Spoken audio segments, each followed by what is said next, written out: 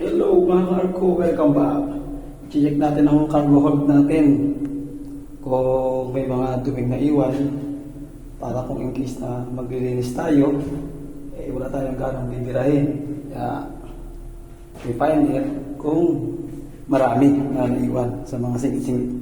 And dito po ako ngayon. Ito ng Australian ladder. Ayan po. Napakarami. Yan. Mamaya i-area natin yan. Tapos ipapa-area natin din sa mga kapartners natin, mga EB na mga masisipag.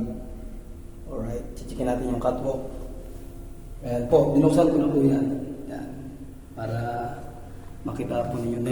Ang dumi niyan po nag-i-stack yan dito. Napakadami. Ayan, iba pumapasok. Yan. Ito, ayan po, chichikin natin yung catwalk. Kung maraming na iwan, ayan, napakarami po.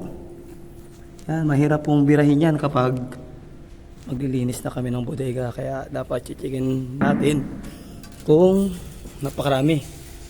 Ayan po. Bago tayo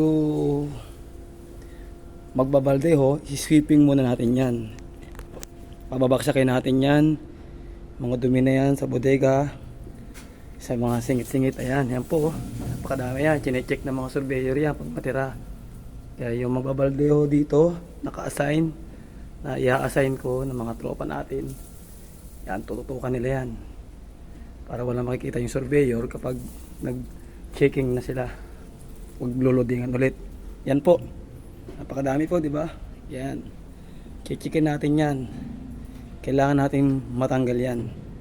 Kaya mamaya, gagamitan natin ng ere. Papabaksakin natin yan, mga kaarko. Para pag naglinis kami ng bodega, wala na kaming gaanong iaakyat. Yan. Tsaka kailangan din talaga dahil yung mga alipatpat niya, maliliit na yan, yan ang bumabara sa bilges. Yan. Kaya minsan hindi nagpa-pump out dahil yan ang bumabara. Yan po.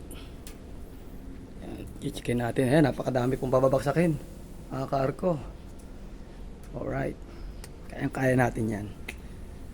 Yan. Saglit lang yan, mga kargo.